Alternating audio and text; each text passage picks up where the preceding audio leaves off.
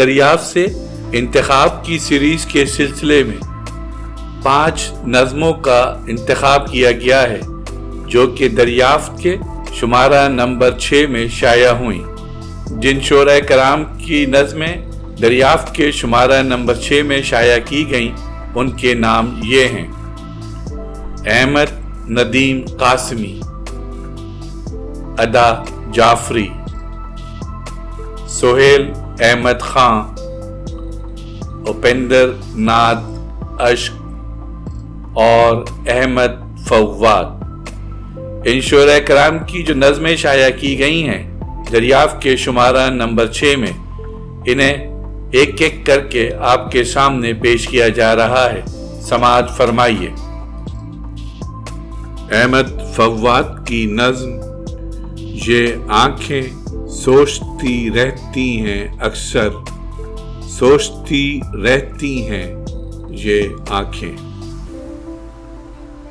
یہ آنکھیں سوچتی رہتی ہیں اکثر، سوچتی رہتی ہیں یہ آنکھیں۔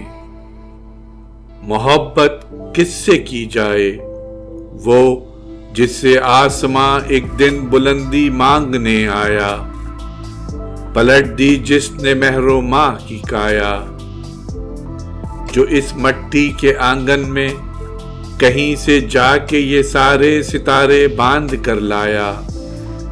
محبت کس سے کی جائے، یہ آنکھیں سوچتی رہتی ہیں اکثر، سوچتی رہتی ہیں یہ آنکھیں۔